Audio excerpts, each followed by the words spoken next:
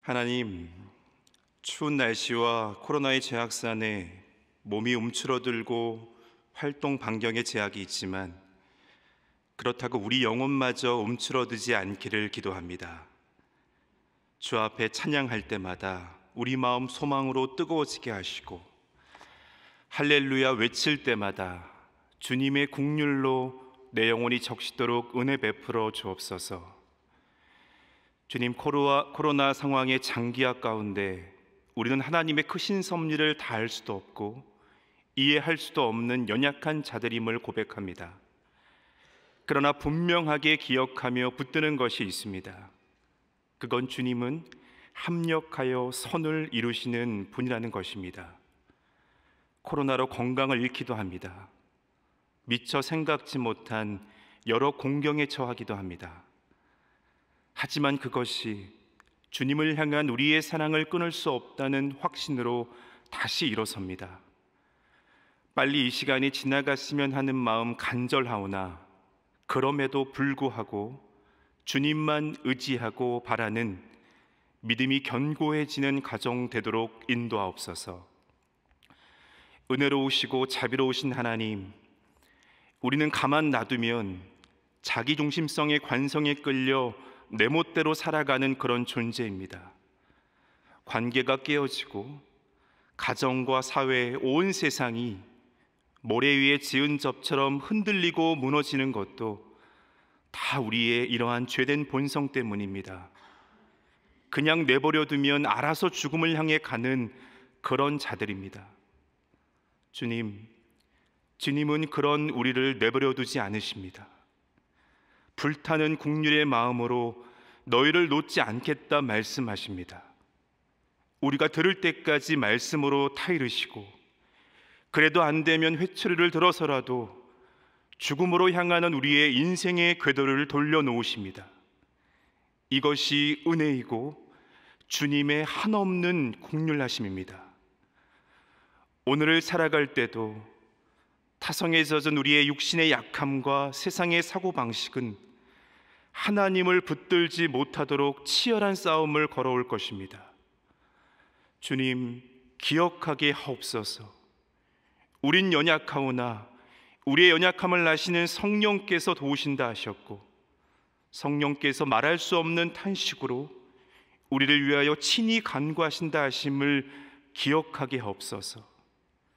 성령의 도우심 따라 하나님의 영원한 약속의 말씀 안으로 성큼 뛰어드는 복된 삶이 되게 하옵소서. 하나님, 주께서 사랑하시는 이 나라를 위해서 기도합니다. 불완전한 인간의 다스림에 일희일비하는 우리이지만 주님 국률하게 여기셔서 위정자들을 흔들어 깨워주옵소서. 사리사욕의 그 자리를 꿰차지 않게 하시고 오직 겸손함으로 감당하는 직분 되게 하옵소서. 오늘도 쉬지 않으시는 주님께서 한반도의 평화를 지키시는 줄 믿습니다. 잘못된 야욕으로 고통과 아픔이 이 땅에 반복되는 일이 없도록 그 마음을 제어하여 주시고 남과 북이 복음으로 하나 되는 그 염원이 우리들 안에 화석화되지 않고 간절한 기도가 되게 하여 주옵소서. 하나님, 한국교회와 성도들이 지금 이 순간 이 시간에 해야 할 것들을 알려주시고 세상이 흔들린다고 함께 흔들리며 표류하지 않게 도와주소서. 어렵고 힘들 때마다 기도의 불을 더욱 밝혔던 그 영성이 살아나게 하시고 위기의 순간에 다들 손을 움켜쥘 때에 믿음으로 손을 펴서 생명을 붙들고 살리고 먹이는 생명의 냄새가 나는 그리스도의 향기 되게 하옵소서. 하나님, 몸이 아픈 소망의 성도들을 위해서 간절히 기도합니다. 주님은 몸이 아픈 자들을 항상 긍휼히 바라봐 주셨습니다. 주님의 눈길이 오늘도 몸이 아픈 자들에게 있는 줄로 믿습니다. 육체적인 한계를 뛰어넘어 마음의 참 평안을 주옵소서. 믿는 자들의 기도에 역사하는 힘이 크시다고 하신 그 말씀 붙들며 간절하게 기도할 때에 병에서 치유되는 하나님의 일을 보게 하옵소서. 그러나 무엇보다 그 어느 것도 그리스도의 사랑에서 오늘 우리를 끊을 수 없다라는 그 말씀이 어렵고 힘든 상황을 보내는 아픈 성도들과 그 가족들에게 가장 큰 위로가 되게 하실 줄 믿습니다. 수능 시험을 사흘 앞둔 우리의 자녀들과 손주들 있습니다. 큰 시험을 앞둔 떨리는 그 마음 붙들어 주시고 지금껏 성실하게 준비한 모든 것을 쏟아붓는 과정 되게 하옵소서. 혹여 코로나로 인해서 시험을 치르지 못하는 안타까움들이 없도록 이들의 건강을 특별히 보호해 주시기를 간절한 마음으로 기도합니다. 주님께서 몸소 세우신 담임 목사님 성령 충만케 하여 주시고 이 위기의 순간 지혜와 명철함과 여호와를 경외함으로 하나님 기뻐하시는 목회를 잘 감당하시도록 함께 하여 주옵소서. 주님 사랑하시는 소망교회가 예수 구원, 예수 생명, 예수 소망, 오직 예수만 드러나는 구원의 방주 되게 하옵소서. 이제 말씀 앞으로 나아갑니다. 살아계신 주님의 말씀을 붙들며 오늘도 우리를 위해서 일하시는 주님의 섬세한 손길을 경험하기를 기도합니다. 멀리 계신 하나님이 아니라 항상 우리 곁에 계시며 우리를 선한 길로 인도하시는 분이심을 확신케 하시고 그 주님의 손 붙들고 우리 주님과 동행하는 복된 하루 되게 하옵소서. 예수님의 이름으로 기도합니다. 아멘. 하나님께서 주신 말씀은 시편 111편 1절에서 10절의 말씀입니다. 시편 111편 1절에서 10절의 말씀입니다. 구약 886쪽입니다.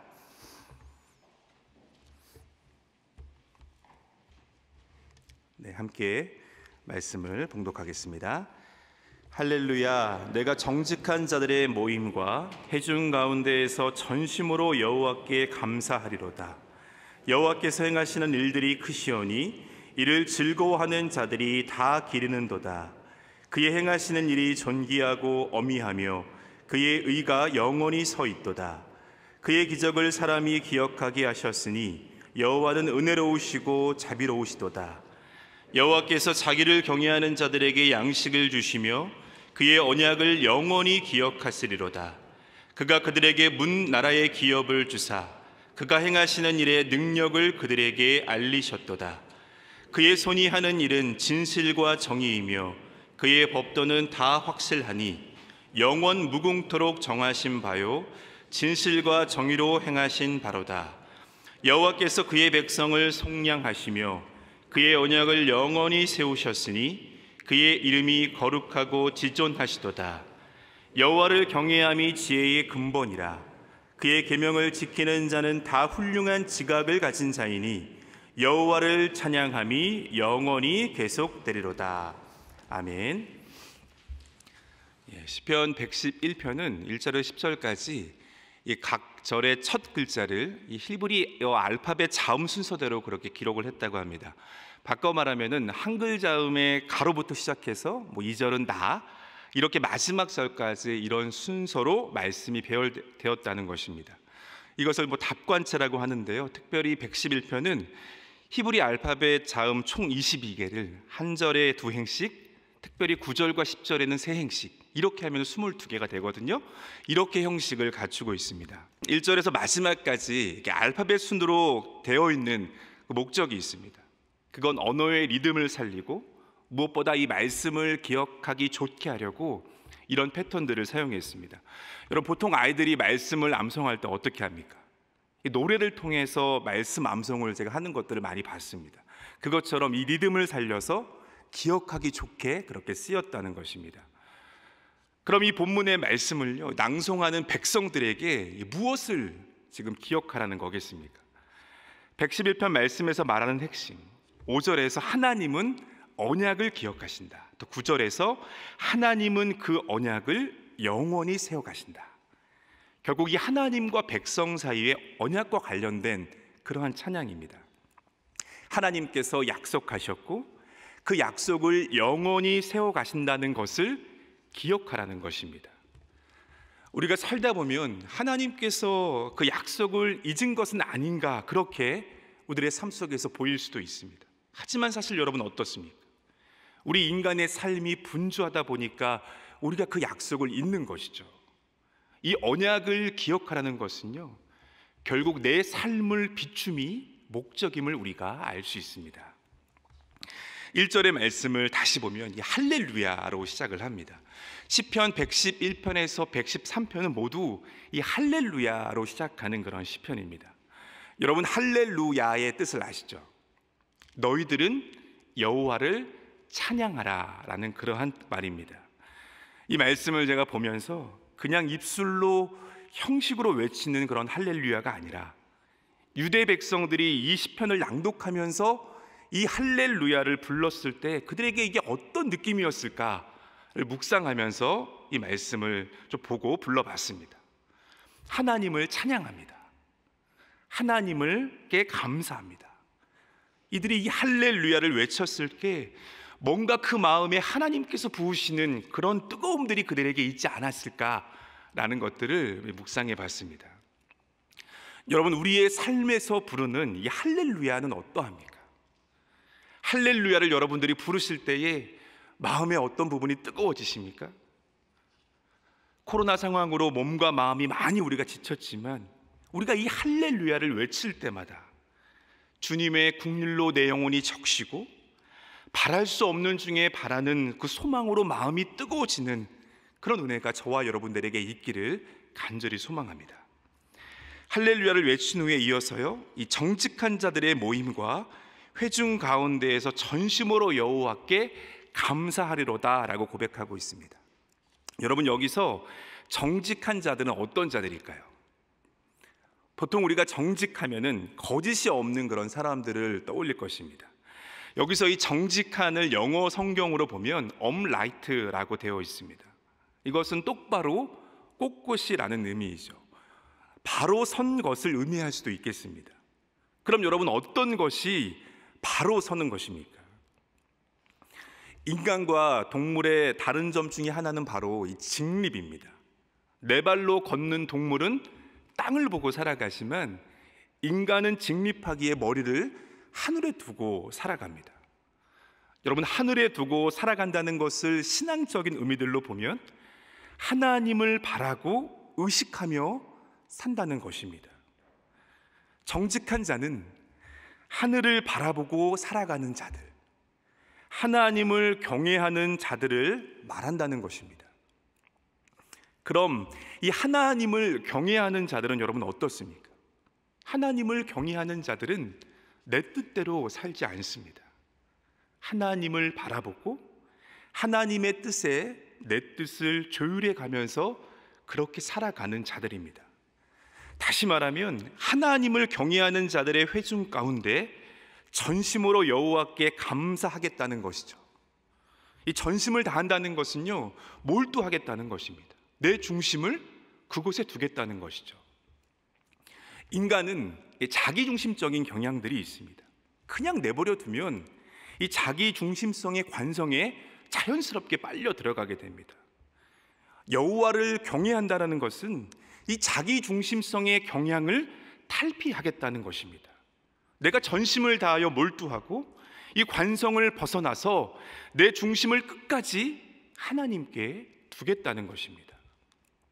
또한 여기서 이 감사하리로다는 원어로 보면 찬양하다 하는 말과 같습니다.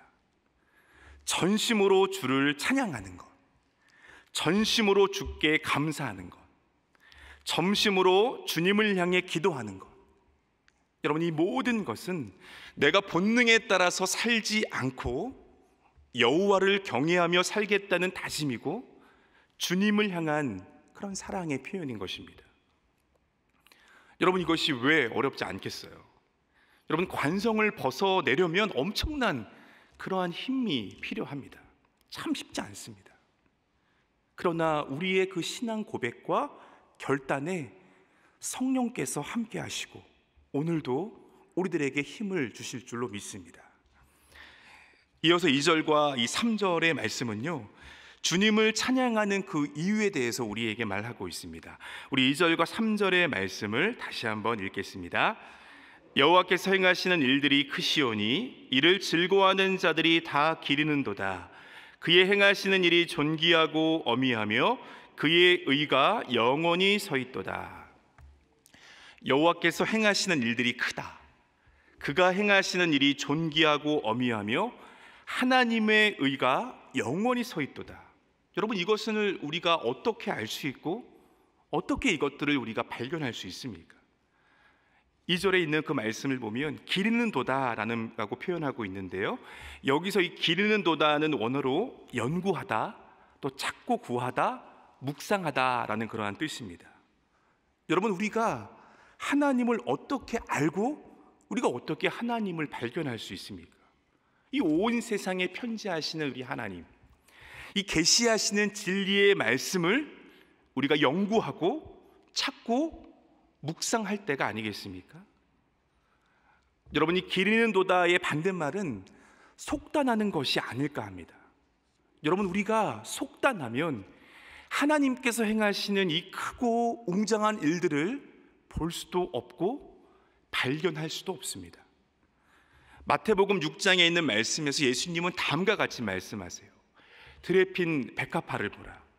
저 공중에 나는 그런 새들을 보라. 이것을 누가 먹이시고 누가 입히시느냐. 예수님은요, 우리가 미물이라고 여겼던 것들, 작고 하찮은 것이라고 여겼던 것들에 그 생명 속에서 역사하시는 이 하나님의 놀라운 일들을 우리에게 바라보도록 하십니다. 여러분, 여호와께서 행하시는 그 크신 일들, 장엄하고 위험한 일들은 크고 작음에 있지 않습니다. 우리의 삶의 자리에서 작은 것이라고 여겼던 것들조차도 그 안에서 하나님의 생명력으로 일하심을 우리가 보는 것, 우리가 그것들을 묵상하고 발견하는 것, 그게 바로 장엄한 것입니다. 하지만 속단하면 이러한 하나님의 일들을 우리가 볼 수 없다라는 것입니다. 오늘도 우리들의 삶에 일어나는 모든 영역에서 우리가 속단하지 않았으면 좋겠습니다. 내 삶의 모든 영역에서 끊임없이 하나님을 찾고 하나님을 구하면서 이 말씀의 깊은 묵상 속에서 장엄하게 바라볼 수 있는 신앙의 눈을 키우는 저와 여러분들이기를 간절히 소망합니다. 4절의 말씀은 이러한 하나님이 행하시는 일들을 사람이 기억하게 하셨다라고 그렇게 말씀합니다. 본 시편은 이스라엘의 포로기 이후에 쓰였고 그 이후에 낭송이 되었습니다. 여러분, 이스라엘이 왜 하나님께로부터 징벌을 받게 되었습니까? 망각했기 때문입니다. 인간은 참 쉽게 망각하죠. 그 망각을 잃게 오도록 하는 것이 바로 이 진리의 말씀입니다. 성도 여러분, 신앙은 여러분 무엇입니까? 저는 신앙은 바로 기억하는 것이다라고 생각을 합니다. 인간이 쉽게 망각할 수 있는 존재임을 알고 끊임없이 기억을 되살려야 한다는 것입니다. 우리가 이 탕자의 비유를 보면 이 탕자가 흥청망청 이렇게 돈을 쓰다가 결국은 비참한 삶으로 전락하지 않습니까? 그 비참한 삶으로 전락한 탕자가요, 만약 아버지의 집을 기억해내지 못했다라면 그는 그렇게 비참하게 죽었을 것입니다. 그러나 이 탕자가 기억하며 이에 돌이켰기에 아버지의 한없는 그 은혜로 이 탕자가 회복될 수 있었습니다. 여러분, 신앙인들은 과거와 현재와 미래를 동시에 바라볼 수 있는 눈을 가진 자들입니다. 그래서 이 현실의 비참함에 매몰되지 않고 하나님께서 지금껏 내 생에 어떻게 하셨는지를 기억하고 현재와 미래를 이 하나님의 약속을 붙들고 바라보는 것이 바로 우리 신앙인들의 삶입니다. 유대인들은 지금도 이 순례와 순례의 명절이나 절기 때요, 하나님께서 어떻게 자신들의 삶에 개입하셨는지에 대한 그 리추얼들, 그 의례들을 계속해서 지금도 이어가고 있습니다. 유대인들의 그 유월절 밤에 이루어지는 그러한 리추얼 의례들이나 안식일 규정 가운데의 그 의례들을 보면요, 이러한 의례들을 통해서 영원히 계속되는 하나님의 사역을 이들이 기억하고 있음을 우리가 알 수 있습니다. 이것들을 통해서 지금도 하나님께서 내 삶에 개입하고 계신다는 것을 이들이 인정한다는 것입니다. 유월절 밤에 의례로 쓴 나물들을 먹고 누룩이 들어있지 않은 빵을 나누고 이것도 서둘러 먹는 그런 리추얼들을 통해서요, 끊임없이 이 사실들을 내면하고 있는 유대인들의 모습들을 우리가 보게 됩니다. 여러분, 이러한 의례들을 통해서 또 이 하나님의 일하심을 기억함들을 통해서 우리가 분명하게 알게 되는 것은 여러분 무엇입니까? 그것은 하나님은 은혜로우시며 자비로우시고 노하기를 더디하시며 선하게 약속을 이루어가는 분이심을 우리가 안다는 것입니다. 여러분, 우리는 하나님께서 우리와 약속하셨고 그 약속을 영원히 세워 가신다는 것을 우리가 기억해야 합니다. 우리에게는 어떤 소망도 없습니다. 그러나 긍휼하신 하나님께서 날마다 우리를 새롭게 하시고 주님의 이 백성들과 사이에 맺으신 그 언약을 영원히 세워감을 우리가 망각하지 않고 기억해야 한다는 것입니다. 이어서 5절과 6절의 말씀은요, 하나님께서 이스라엘에게 하신 일들을 기억하라는 것입니다. 하나님은 출애굽한 이스라엘 백성들에게 만나와 맥추라기로 먹이셨습니다. 만나는 매일 내려졌고 그날 거둔 것은 쌓아두지 말고 그날 다 먹도록 하셨죠. 여러분, 남기면 어떻게 되었습니까? 다 썩어버렸습니다. 경외하는 자들에게 양식을 주시는 우리 하나님은요, 때로 넘치도록 부어주시기도 합니다. 그러나 이 출애굽 당시에 이스라엘 백성들의 상황에서는 딱 일용할 양식을 주셨습니다. 왜 그랬을까요? 어쩌면 이 쉽게 망각해버리는 자들에게 하나님의 언약을 영원히 기억하게 하시려는 것은 아니었는지 모릅니다. 여러분, 일용할 양식은 내 손으로 먹고 내 손으로 채우는 것이 아니라 나 하나님께 있다는 것을 알리셨다는 것입니다. 사랑하는 성도 여러분, 하나님은 언약을 잊지 않으시는 분이십니다. 우리가 약해서 그 영원한 언약을 망각하죠. 욕심 때문에 그 언약을 가볍게 여기고 그 언약을 파기토록 합니다. 그러나 하나님은 그 언약을 새롭게 갱신하시며 그 백성을 끝내 건져주시는 것입니다. 우리가 하나님 앞에서 긍휼을 구하는 것은 바로 이런 것입니다. 비록 우리의 연약한 육체로 인해서 우리가 죄를 짓고 하나님의 낯을 피해서 숨어 있었다 하더라도, 참 면목 없더라도 다시금 우리가 하나님 앞에 나오는 것은 바로 이 가슴을 찢으며 이 영원한 언약을 붙들고 주님 앞에 나오는 것입니다. 삶의 분주함이나 또 계속되는 영적인 실망이나 세상 사고방식 속에서 우리가 망각했더라도 다시금 여러분 기억하십시오. 하나님은 이 영원한 언약을 잊지 않으십니다. 그의 백성을 속량하시며 그의 언약을 영원히 세우시는 분이십니다.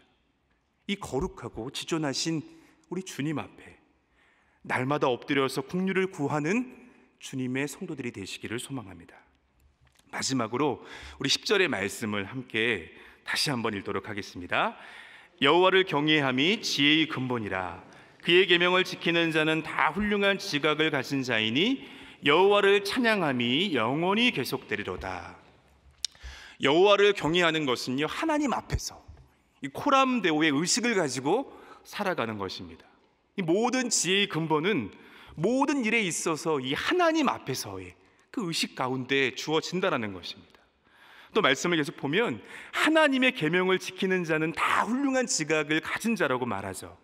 여기서 이 훌륭한 지각은 영어 성경으로 보면 good understanding입니다. 지각하면 뭐 좋은 이해력이잖아요.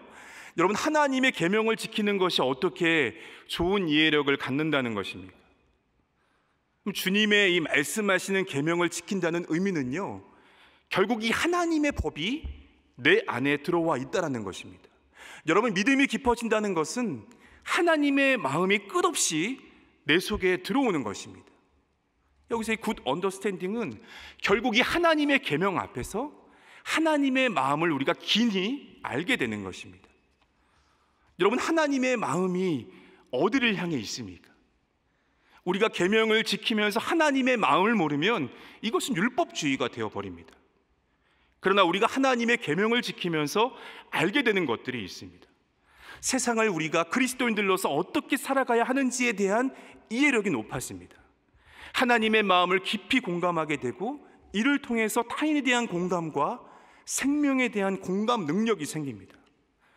여러분, 하나님의 마음을 아는 것, 하나님의 마음으로 세상을 사는 것, 이것이 바로 굿 언더스탠딩입니다.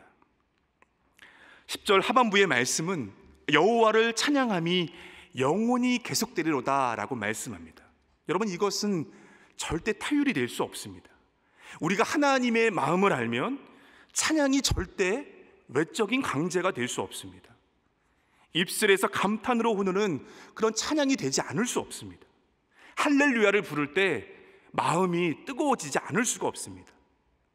사랑하는 성도 여러분, 연약한 우리의 육체와 세상의 사고방식들은 하나님을 망각하도록 합니다.